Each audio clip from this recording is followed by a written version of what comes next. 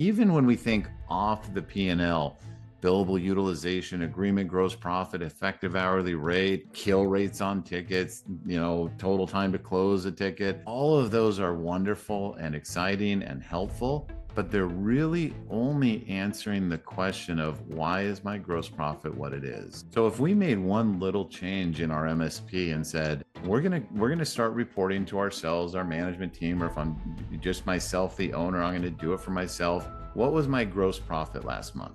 That's where we start in a good financial review. What was my gross profit? And whatever that number is, we have to ask why. Why is it so awesome? Why is it less than awesome? Why is it terrible? That is when you start looking at all those metrics I just mentioned. This is the Don't Be That Guy webinar series from Bering McKinley Vision podcast. This goes over to YouTube in about 48 hours. So if you want to watch it over there, you can, or send it to a friend. And if you do go watch over at YouTube, please do us a favor if we earned it. Like, share, subscribe, comment on it. We're really trying to grow that presence, and it's a tough journey. So any support y'all can give, we'd sure appreciate it. Also wanted to just kind of do a quick plug here as well.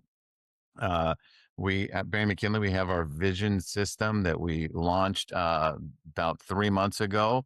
Come and ask us about that. We've just had some amazing traction with it with our early clients. Think EOS, but not as bloated. Think EOS as strategic, but vision system bringing you into the tactics. So give us a holler and let us show that to you as well. No pressure. Always just happy to talk with people. So love to show that to you.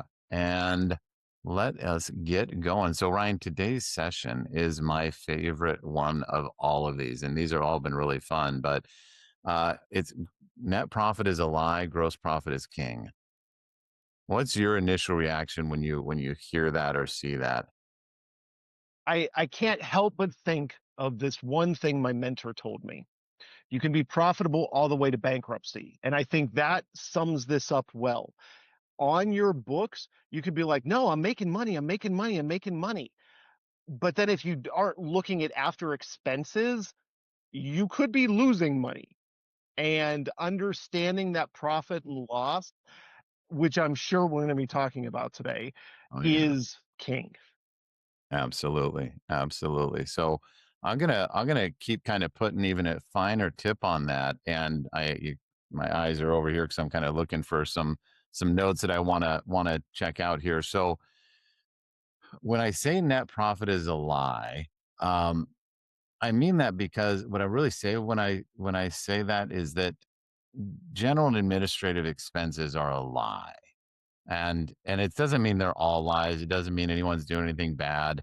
It just means it's the lies we can tell ourselves. So one of the first things I hear from some owners is I say, "How's your net profit?" And they'll say, "Oh, we the low as I can make it."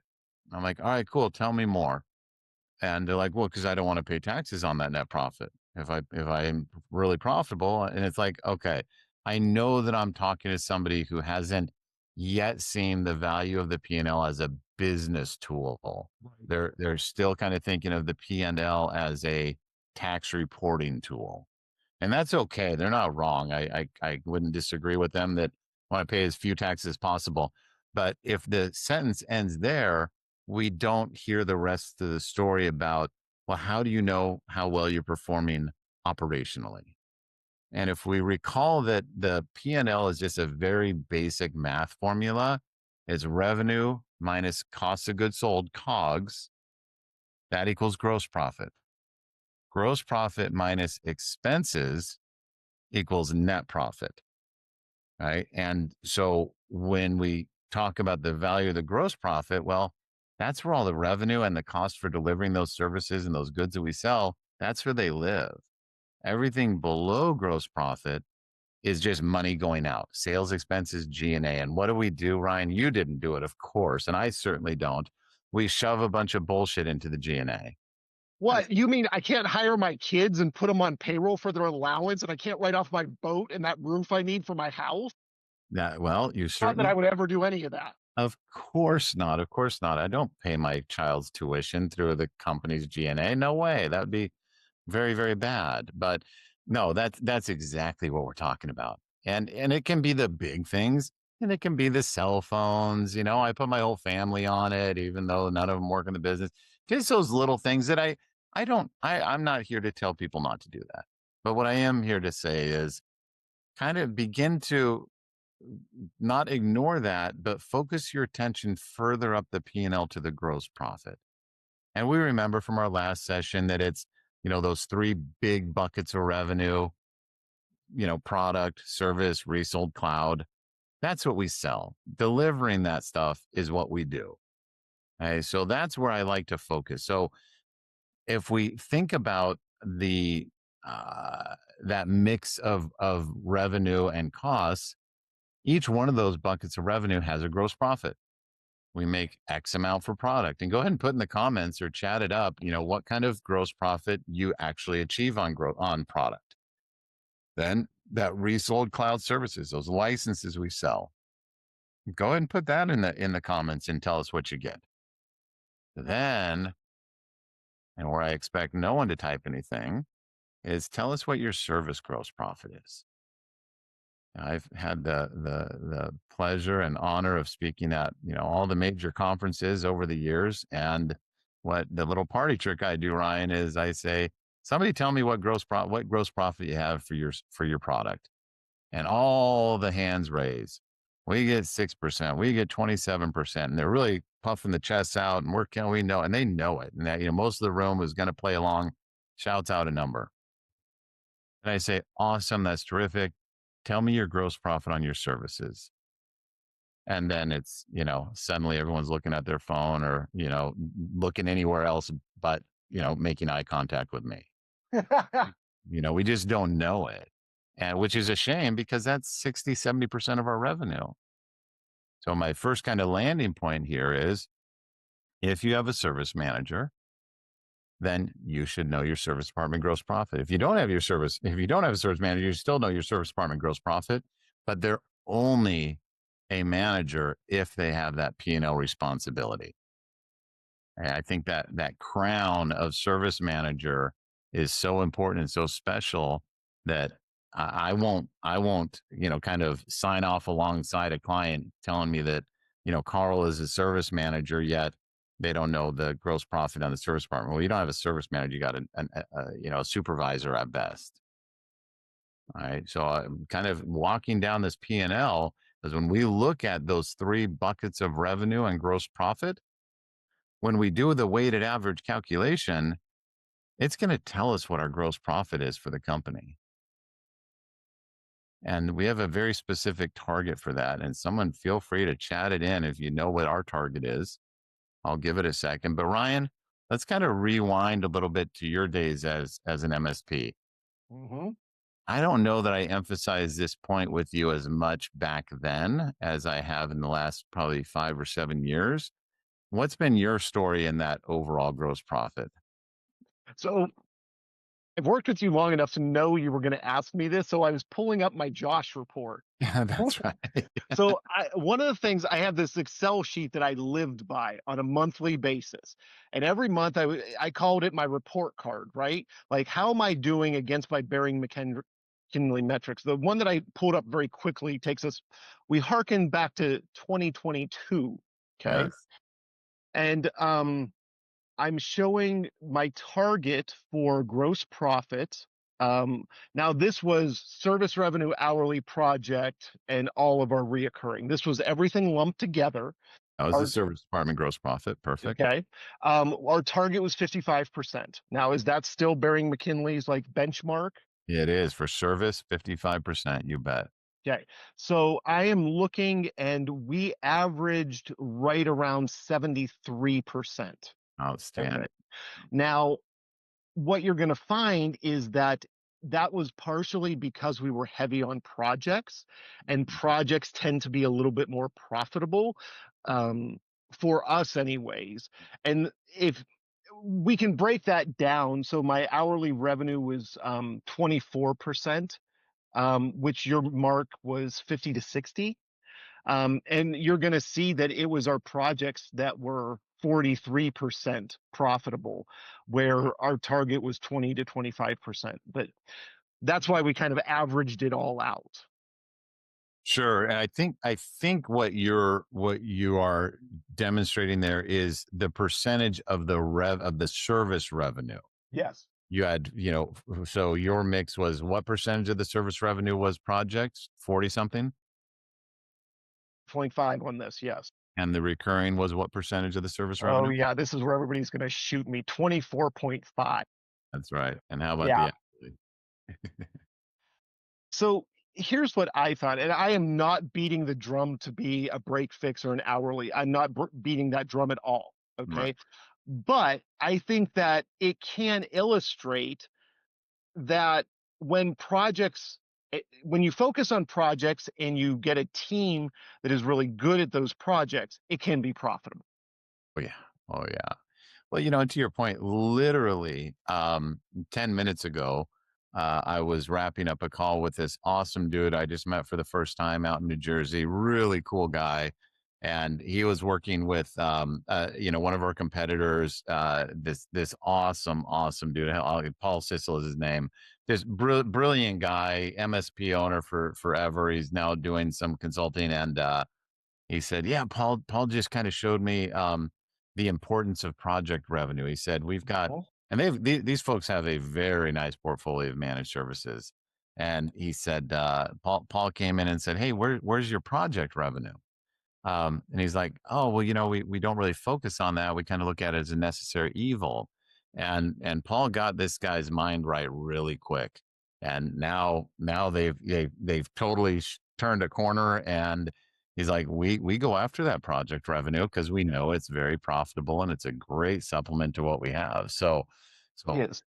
yeah, It's interesting when you fast forward to 20, I don't know, 2024, 2023, um, when I sold, you make the money during the time you own the company if you focus on projects, yes, and you get dinged for it on your valuation.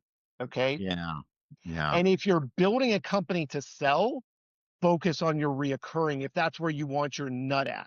So I don't know. I find it valuable to have this larger picture view of the whole process because when you're an MSP owner, like you haven't seen the end yet, right? yeah, Well, you have, Josh. You've seen MSPs come through and sell and stuff like that. But to have someone who has been in the trenches, built the company for 20 years, half blind, quite honestly, until I met you. And then I was like, less than half blind because, I had to beat my chest and I knew what I was doing as an MSP owner. And then bringing that full circle to, wow, I probably lost a couple points there on mm, my multiplier because my reoccurring was so low because that's what people are buying. yeah, yeah. No, I love that. When you're in the middle of operating this business and the selling is way far down the road, that project revenue just it's just gold. And It is. and yeah, I think it's fair to say you get dinged by a low recurring revenue for sure. But I think most of the people who come along on this webinar journey, they get it. We want you to have as much recurring revenue as you can possibly serve. Just make sure that it's diluted with that project and hourly revenue because it's Right. so now what gets interesting here, Ryan, is we started this brief conversation talking about the overall gross profit. And you drug us right into service department gross profit, which is totally fair and good. I think the specific question I was asking you is what was your story with gross profit in general?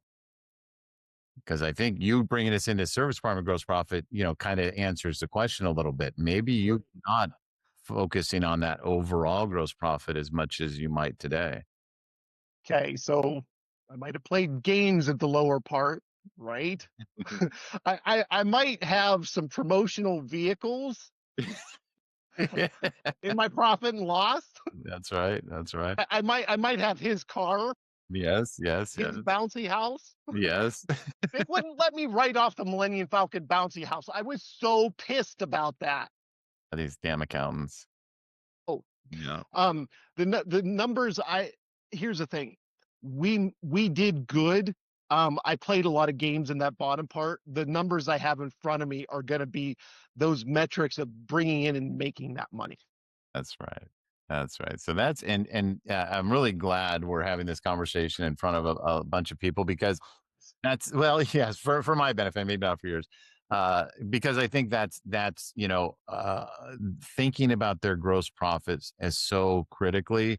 It's a shift of thought, and I don't think we got you there back in the day. So I want people to focus almost exclusively on the gross profit. When we take the percentage of the revenue from the product, the resold cloud, and the service, the Mhm. profit from the three of those, your QuickBooks already do this for you. Yeah. So you're doing that weighted average and say, oh, we're at 38%, 37%.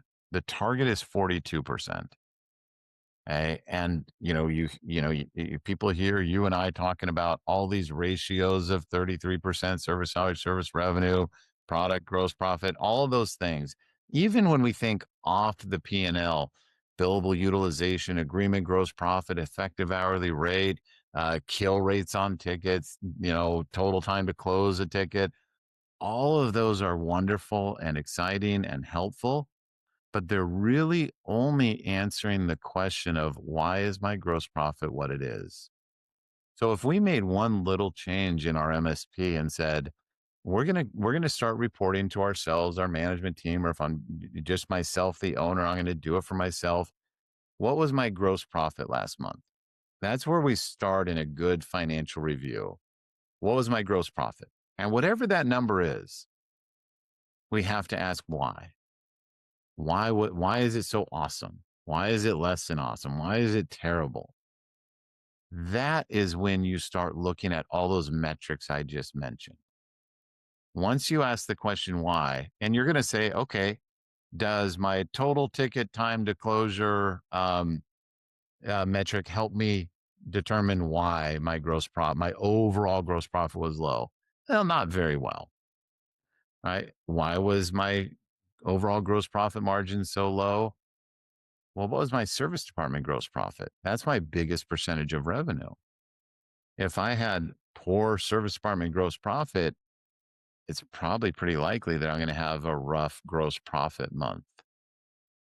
All right. Now, if you tell me that 70% of your total revenue comes from product and you're only getting, 15% on gross profit on that product, well, then I can very fairly assume that I'm going to have a really crappy overall gross profit margin.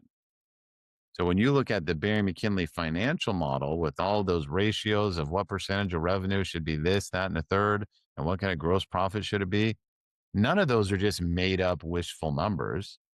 Those will lead you to 42% gross profit. Are you following this, Ryan?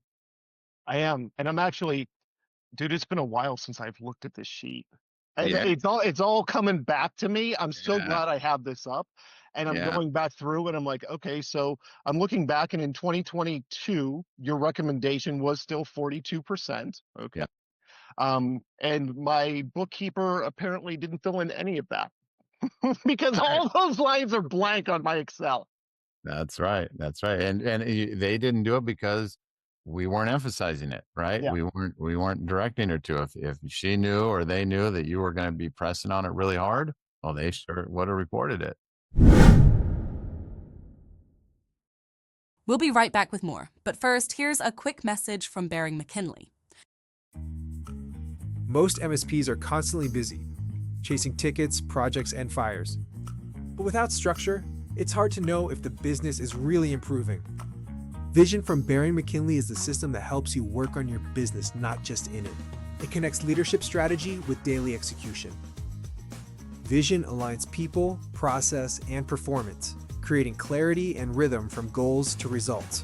And the Vision app brings that structure to life, helping you create policies, track goals, review KPIs, and collaborate with your BMK consultant all in one place.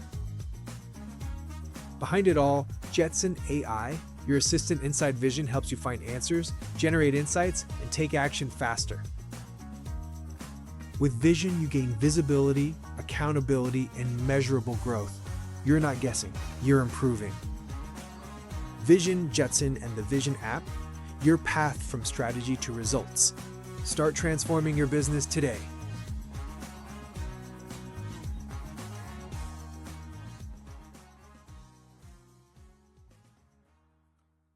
All right, let's get back to the conversation.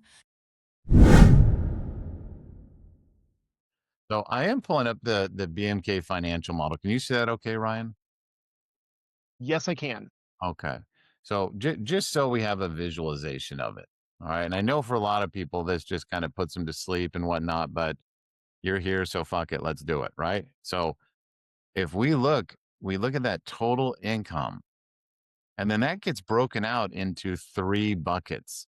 You guys have all heard me say the words so many times: product, resold, cloud, and service.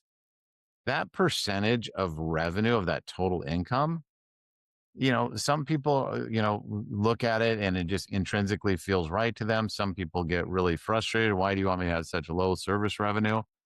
It's like, I don't care. I don't care how much you have. You owe me 42%. Right. But when I look at that mix of revenue here, these green bars are telling you what a target gross profit should be in each of those areas. So if we just kind of keep thinking about that weighted average, well, if I have a big high percentage of resold cloud and less than that, 18% gross profit target, that's going to impact my overall gross profit. Okay. If my services revenue, that project hourly and recurring, if that 65% is like 90% of your total revenue, that's okay. But you got to get me that 55% gross profit. Because if you're doing real heavy on services and you're not hitting that target, that number that a lot of people don't know, well, then you're going to have a problem giving me my 42%. You following that, Ryan? I am. It's interesting remembering how all of these like click together and add up to that. Yeah. Yeah, absolutely. Now, kind of going back to my new friend that I spoke to about, 10, 15 minutes ago. Now it's about a half hour. And hopefully he watches this, so I don't want to call him out too hard and make him feel embarrassed or anything. But like I said, they have a huge portfolio of recurring revenue. Like most people on this call would love to have this portfolio. And he said, "Well, that's awesome, man. I love it." And my little party trick is to say, "How are we doing on agreement gross profit?" Mhm. Knowing that 90% of the time they're going to say, Remind me that formula again. What is that again?"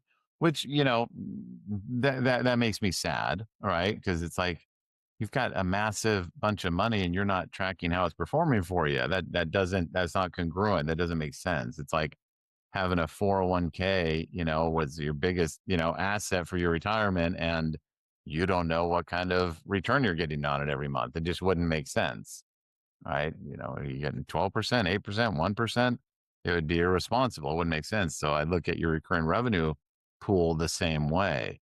How is it performing? Because if you are the person that tells me project and hourly sucks, first of all, I don't give 2 shits about your opinion unless you can tell me your agreement gross profit. But if you do know your gross profit on your agreements and you hate hourly or you hate project, I care deeply about your opinion.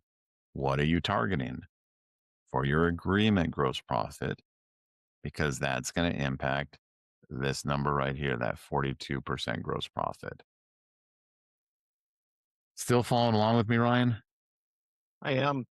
We did things a little bit differently back in the day. We focused on we called it well, it was our service revenue, our reoccurring revenue.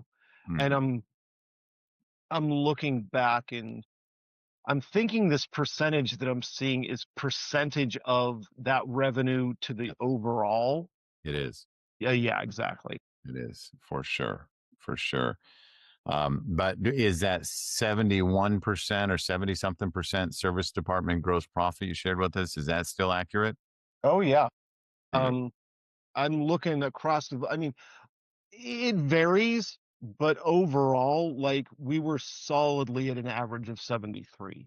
Right. And the target's 55. So, you know, having you be on the webinar like this is not an accident, right? I like you, of course, but uh, I like bringing you to the forefront because you got there different than most people. Yeah. Well, and as I look at this, one of the things that really comes to mind is that service salaries to service revenue ratio. That was something I tracked really closely, which basically I use it as my burnout metric. Okay. Like if I'm dropping too far below that 33%, like, which Josh, passing or failing, if I'm 31% on my service salary, service revenue, is that passing or failing? So that's a passing. Ask me about 34%. So what about You have an F. exactly? It's a very narrow window, right? Um, we were sitting for the average for this year at 26.9, so 27%. And we had 1 month where it dropped really low that really like bumped that down. It was May of that year. Those were hard times.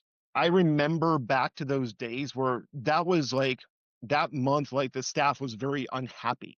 And I never liked that because unhappy staff don't give good customer service, right? And I remember having to bump that up so that we could bring on staff, train them up. That was one of the biggest metrics that I found because there's levers inside companies, right? There's levers you push, there's levers you pull. They do different things to your profit and loss, your G&A. And I remember that being a very big lever that I watched very closely. Yeah, that's a great point. And just so everyone understands even better what you're saying, that service salaries to service revenue ratio being at 33%. That's one of those numbers that you would rather be a couple points below than a couple points over, because that's really measuring what percentage of my service revenue am I spending on payroll. And to Ryan's point, he was down in the mid 20s. So when he says those were really tough months when we were that low, what he's really telling us is he was overutilized. He had so much service revenue that his fixed service payroll was becoming a smaller percentage of the service revenue, which meant his team was getting maxed out. I wouldn't have been surprised if you saw 80, 90% billable utilization during those months. Mm-hmm. Yeah, and that is that burnout. And like you said, if they're getting burned out, if they're not feeling great, well, they're not going to have the best client experience. So being over that service salary, service revenue by even a point, you've got a problem because you're not going to live there for 1 month. History tells me you're going to live over for quarter after quarter, year after year, which is going to add tens and hundreds of thousands of dollars. When we live under by a couple of points, you have to be really a great student, the way you were, Ryan, of how is the team feeling? Right. Good. And it's a tough place to live. Like, I don't envy people trying to walk this tightrope because you have to balance a lot of things. You have to balance, like, how fast can I bring people on, train them up? I have to have a good feel for what projects are coming down the road. Sometimes I just had to outsource some of our stuff. Like, I have a saying, hide the talent, right? And so, like, there were times where I would have to make less on my project, but I could manage that surge in sales. And I had to make it, is this a long-term surge? Like, is this going to be our new normal? Or is this a short-term bump that I just bring like my SWAT team in, right? Have them take care of it. I make a little bit less money. We got the job done, but I still didn't tax my staff. Like, we are now talking PhD level stuff, right? Absolutely. This is stuff that you don't master in 5-10 years. This is stuff that you get to and start understanding a little bit more pretty much right before you go to sell. In my case, anyways. Yeah, thanks for calling that out. I think that's important. If as you listen to these conversations, this feels really hard or it's hard to connect the dots, you're right. Like, You're don't right. it is hard. But we have these conversations over and over and over again so that you can kind of pick up, another two points of knowledge, another 5 points of knowledge. The only thing you can't do is just tune out and pretend that everything will be okay. All right. So if somebody in your organization isn't, drawing attention towards this wheel, these topics, the ratios, you got to find somebody to do it Yeah. because it is make or break. And I'll always try to be pretty candid. People not understanding this is how I feed my family. Yeah. Right. Because it is when I talk to other consultants doing what we do or hear about other engagements other people have with other folks, if I'm not hearing a big emphasis on the financials, I get really nervous because all we're really doing is hoping and praying that that thing that they've chosen to focus the owner's attention on is the right thing. And it's like, oh, well, we're going to work on your time entry. Well, that's a great thing to work on. Can you draw back to me an improvement in the quality of time entry where it lands on this wheel to improve a number that you've identified is out of spec? So the financials tell you the lay of the land. And if you get even modestly good at analyzing them, they triangulate where your problem is. I mean, it tells you, you almost feel like you're cheating. So you're like, oh, the problem is right here. Right. And I often say, Ryan, if anyone wants to play a really weird, nerdy game with me, we'll play the game of I get to choose one number from your business and I'll tell you everything about your business. Like really goofy, cringy, weird game. But if you wanted to play it, 9 out of 10 times, I'm going to choose service salaries to service revenue ratio. That was going to be the number one thing I would have picked. It would have been the number 1, 2, and 3 number I would have picked. That's right. That's right. If you tell me that, I'm going to tell you what your day feels like. I'm going to tell you how your staff feels. I'm going to tell you how well you're engaging with your clients. I'm going to tell you your financial IQ. I mean, it tells me everything. Yeah. And what we did find now, here's the good news. If folks are not super in tune to this yet, when we take on a new client and we recast their financials into our model, most of the time you're like, instead of 55%, you're 49%. Instead of 33% service salary service revenue ratio, you're like 36. Those are very straightforward numbers. The path to getting those right sized is very straightforward. So even if you don't know your numbers, you're probably doing okay. Yeah. But how we determine if you're doing okay is right here. Mm-hmm. All right. When I look and see that you're at 38%, which is where I'd guess most people are just without any real intention towards it. Well, that's a big problem. Let's just do a quick math problem here, Ryan. So if a company does $1 million of revenue a year and they're supposed to have $420,000 of gross profit, right? 42% of the million. If they're at 38%, they're only getting $380,000 of gross profit, which means they're, what is that, $40,000 under the target. They should be getting 420. They're getting 380. That's $40,000 of money left on the table. Am I right in my math? Sounds right to me. Yeah. So anybody on this call in particular to whom $40,000 isn't a lot of money, go ahead and raise your hand. I'm going to ask you for a loan. Okay. $40,000 is an epic amount of money. Your $2 million, you need that far off, that's $80,000. Your $3 million in revenue, that's $120,000. If 40,000 wasn't a big deal to you, bet 120,000 is. And oh, by the way, you're not just going to be off for 1 year. You're going to be off for 2, 3, 5 years. That starts climbing to $1 million really quick, doesn't it, Ryan? It sure does. Yeah. And that's where we say this is the king number because it tells you how you're performing here. All right. And to continue walking down that P&L, again, if you're a $1 million company and you have 42% gross profit, you have $420,000 sitting there. You've paid for all of your team to do the work. You paid for all the product you sold. You're sitting with $420,000 right there. You then start spending. That's all you can do after that is spend. And the name of the game is to keep as much of that $420,000 in your bank account.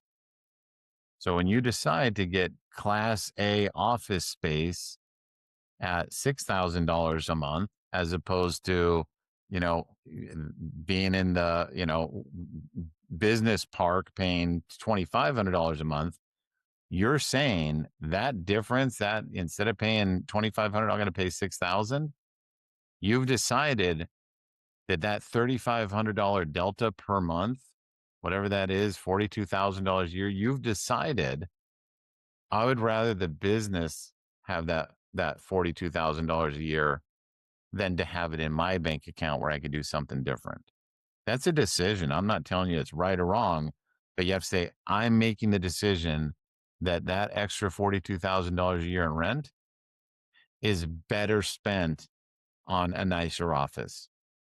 I'm not here to tell you right or wrong again, but that's a decision. That next decision of saying, I'm going to have, 2 admins for my $1 million company.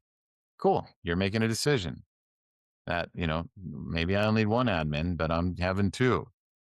That extra $40,000 you paid, you're saying that's better spent here than in my bank account. And those are pretty legitimate ones. Now, all the other nonsense we do, right? Of paying for things that maybe we shouldn't be paying for. But we've ignored this piece right here. So 15% of your total revenue should be going towards G&A if you want a chance of hitting the 17% net profit. 10% of your revenue should be spent on sales and marketing. So you can land at $420,000, 42% gross profit, but we're going to ask you to spend 15 for G&A, 10 for sales expense. If you decide not to have sales and marketing expense, that's a decision that's up to you. Right? If you decided you didn't, well, that's another 10 points of revenue you get to add to your bottom line. Ryan, did you guys do a big sales and marketing kind of push in your business? No, and this is where I've been learning a lot from this webinar series is on that sales side. I had one inside salesperson that would basically put my quotes together for me. And I mean, when you get to 2 million, you can still cheat a bit with the sales side. I was still doing most of this. That was my primary role, was going out doing the sales side of things. And then I had the operation side pretty much dialed. I would meet with my team an hour in the morning, make sure that our techs were scheduled, dispatch projects were on. Part of the reason I sold was because I didn't understand building out that sales team.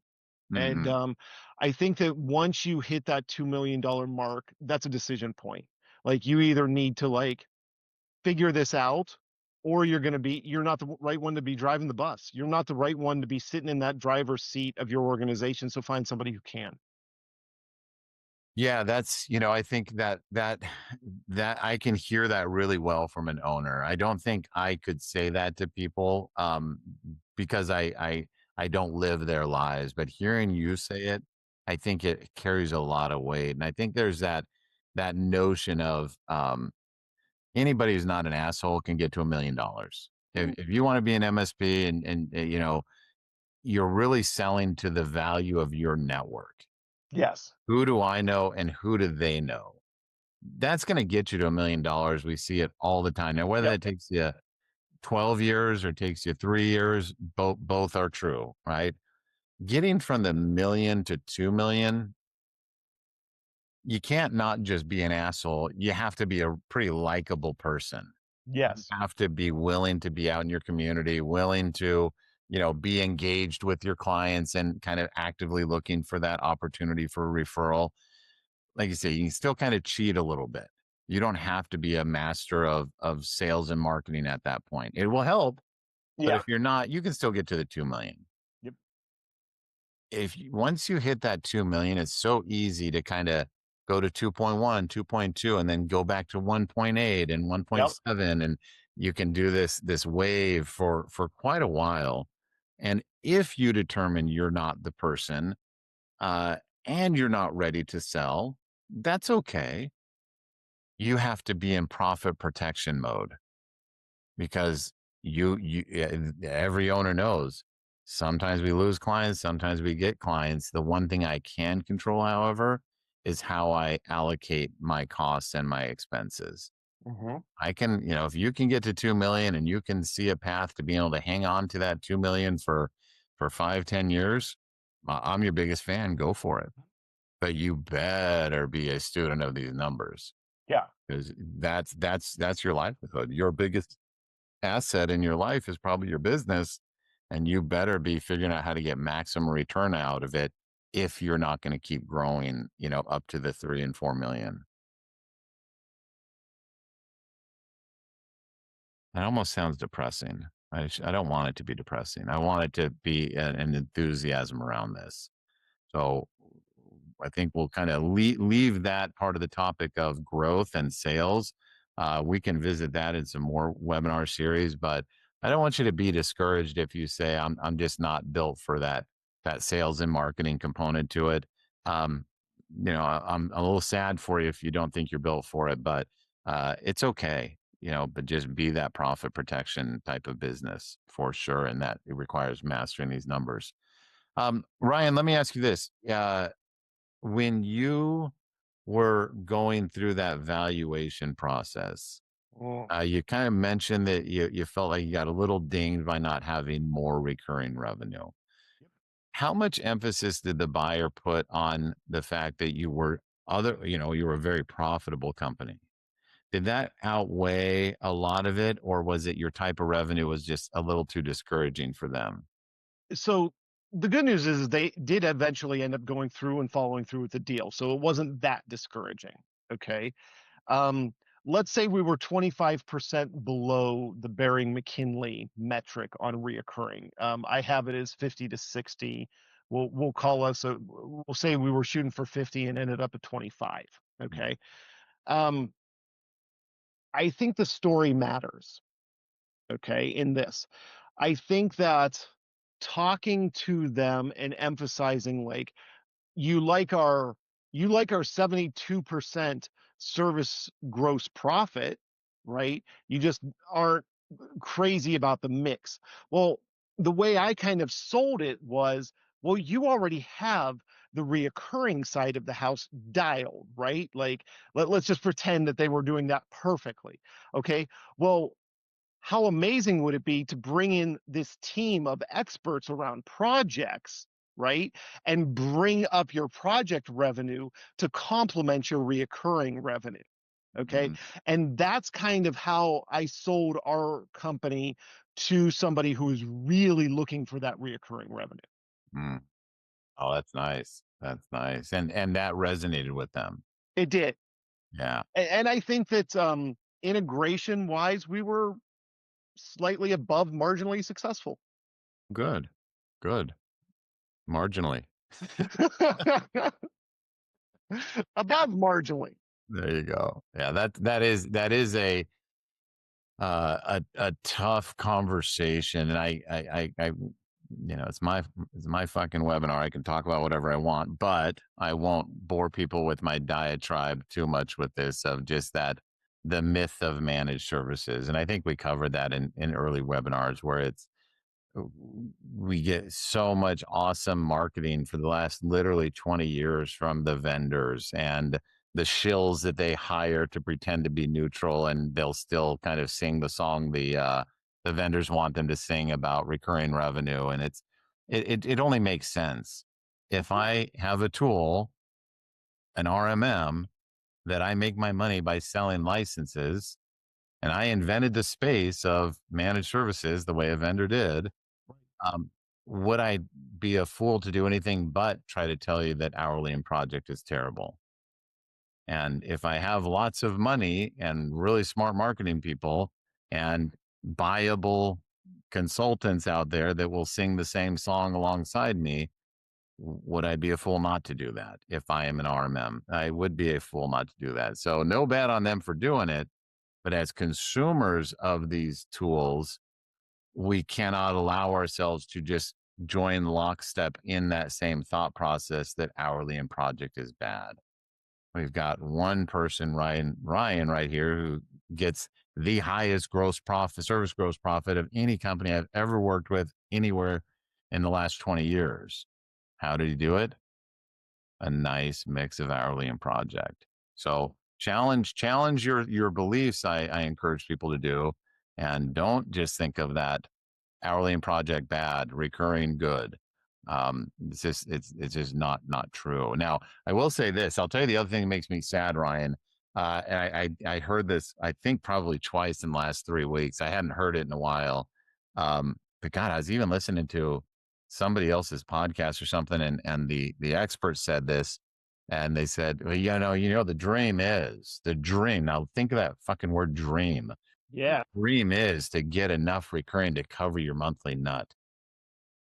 And I was just like, I heard that a long time ago, but to hear it a few times in the last couple of weeks, it's like, what a low fucking bar.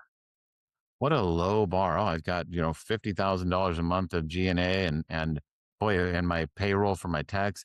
If I can just get 50K of recurring revenue, that would be great.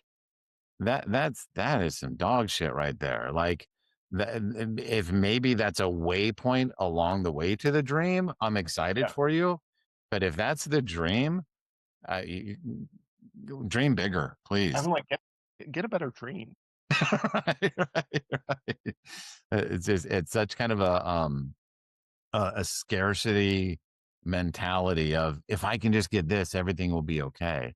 Yeah. No, man. What about the profitability of those agreements? What about the ability to, replicate and scale that awesome thing that got you to 50,000? Dream bigger. That covering your nut just seems like Right. a low bar, Ryan. Have you ever heard anyone talk like that?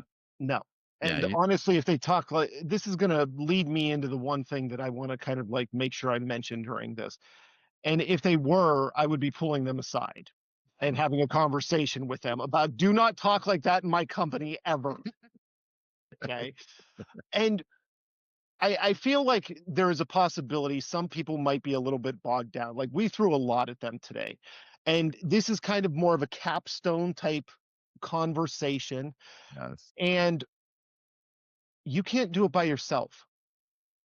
Okay. Let me tell you, as a former owner, you cannot do this by yourself. It is a cultural shift and a mentality which you can infuse into the organization, which you can prioritize and set the drumbeat to everybody to dance to, right? And it is your responsibility to emphasize, just like Josh said, we didn't emphasize that. That's why your team didn't even bother filling that in on your chart. Okay. You're the one that gets to set the drumbeat in that tone for your organization and get everybody following along, but you're not going to be able to do this by yourself. Okay. And honestly, I thought I could. I thought I could just like force my way through this. And the answer is no. So if you're trying to do that, just stop, pick up the phone, give us a call. We're both happy to just chat with you, right? About like, hey, how did you handle this? I mean, and I might like, I kind of do some goofy things inside my organization. You might tell me you need to go buy a bouncy house for your team. They're not going to let you write it off. But I also in my meeting had a staff member tell me that his productivity would greatly increase if we had a Millennium Falcon bouncy house. So like clearly what was I to do? My hands were tied at that point. But That's right. building that culture around these numbers, and like every morning I would sit and every morning I would talk to my dispatcher about like our painting the calendars green. And after a while you're on them so much they realize you're not going to give up. They're waiting for you to give up. Okay. And when they realize you're not going to, they're going to put their nose down to the grindstone and they're going to get the job done. And then you only need to check in on them every now and then. Okay. That's why training a dispatcher was like one of the biggest things. So if I were to overpay in a role a little bit to get that person I wanted, I would probably do it in dispatch. Yeah. Hell yeah. Okay, No, I'll get off my soapbox a little bit there. no, good on you, Ryan. I appreciate you saying it. And as Ryan said, just give us a call. Like, Yeah. we're not pushy salespeople. I love talking about this stuff. You tell me you don't understand something, I'll spend as much time as I need to help you understand it. And as you think about, those people who sit in that service management role in your organization, you're kind of an asshole if you're not giving them a target to shoot for of this 55%. Otherwise, they're just wondering why does all this matter? What does all this do? And they don't actively think why does it matter. Their behavior tells you they're wondering why it all matters. Okay, so give them that target. Start fine tuning your P and L to get that story. That's where I want your service department and yourself to be thinking is in that profitability right here. As the owner, I really encourage you to spend as much time as you can right here. Now, if you were a Vision client, you would log into the Vision app, you would go to the training, you would go to 40.01.01 and take all the training that's built for you to understand all of these numbers. So, shameless plug, hit us up and let me show you that as well. So, Ryan, do we have any questions? It doesn't look like we have any questions in the queue, do we? Well, clearly we did an amazing job explaining this and nobody has any questions. Beautiful, beautiful. If anyone has any questions, we'll hang tight for just a minute or two. Love to hear your comments, your questions. Are Ryan and Josh wrong? Let us know if we're wrong about something. But It's been known to happen. it's been known to happen. So if you don't have any questions, that's the end of the content for today. And we really appreciate you coming along. And we'll be back next week as well. And let me just get my sheet out for what next week's topic is, which I believe it is. Oh man, Ryan, this is you all day, Ryan. It's the utilization lies you tell yourself. Ah, Yeah, that's it. That's gonna be your biggie right there. love this. And we do have a question. How do you get an owner engaged who has no idea how any of the numbers work? Man. Yeah, so okay, that's great. So I'm gonna presume that this is asked by an employee of a company where the owner isn't really paying attention to this yet. Uh I always believe that once you know better, once you learn something that you know is important, you have to. I do see the ad, get a new company to work for. That's hilarious. That's awesome. Yeah, now that's true too. But I'll try to give the softer answer first. If you learn something like these numbers, if you're sitting in this session saying, "Oh my gosh, this is so important. This is really important for my company," um, you kind of have a duty, right, to just do it. Okay. If you're on this call, you're likely a manager of some type. And I would assume that you probably have some sort of access to the P&L. So you just model the good behavior. You can, if you're a Vision client, you can fill out the financial dashboard. If you're not a Vision client, you can make an awesome spreadsheet. I'll show you how, where you can track these numbers and just start exposing the owner to them.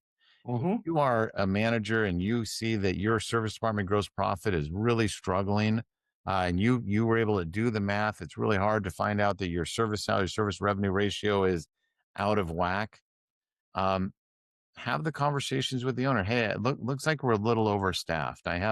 I'm concerned about that.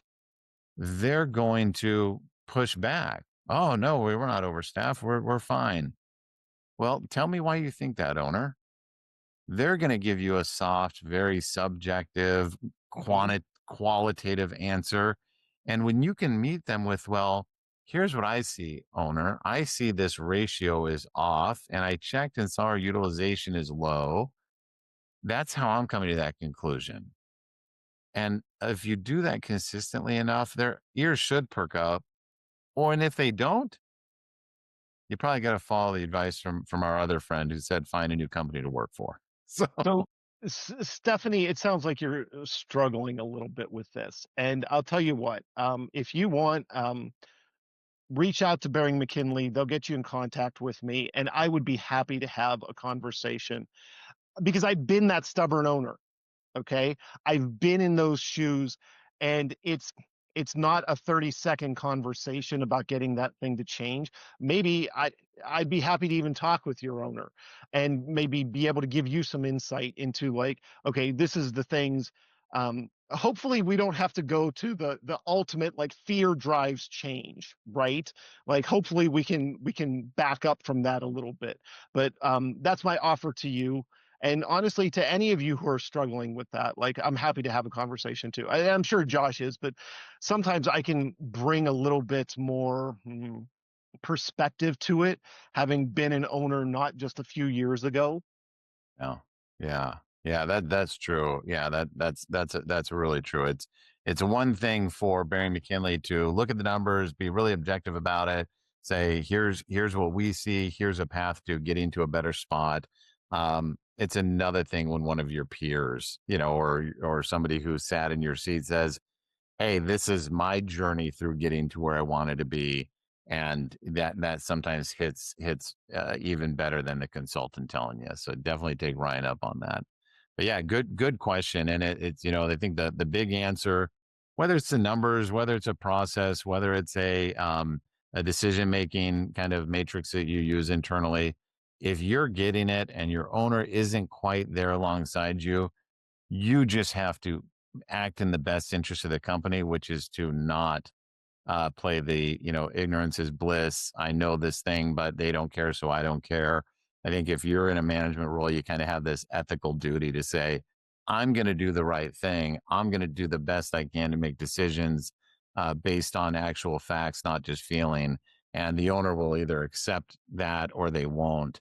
I think that's kind of the way we all have to work through that. Well, and it's a win-win, because if Stephanie goes through this and she does this and the owner doesn't play ball, how much better does that look for her on her resume when she does what Ed recommended of going to find a new organization to work for?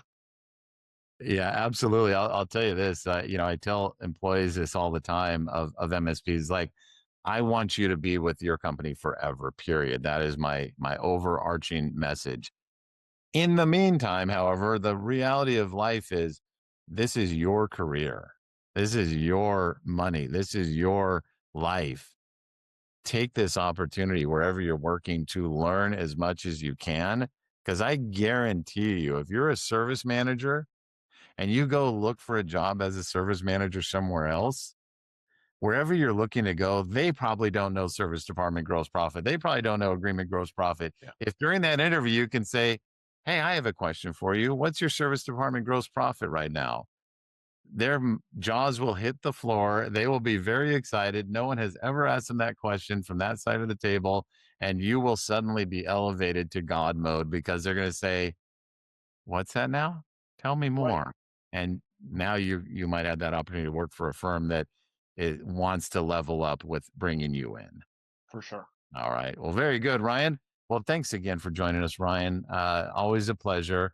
We'll see everyone in a couple of weeks with the utilization lies you tell yourself. Make sure to join us over on YouTube, and like, share, subscribe, tell your friends. And you want a recording of this, you'll be able to find it over on YouTube as well.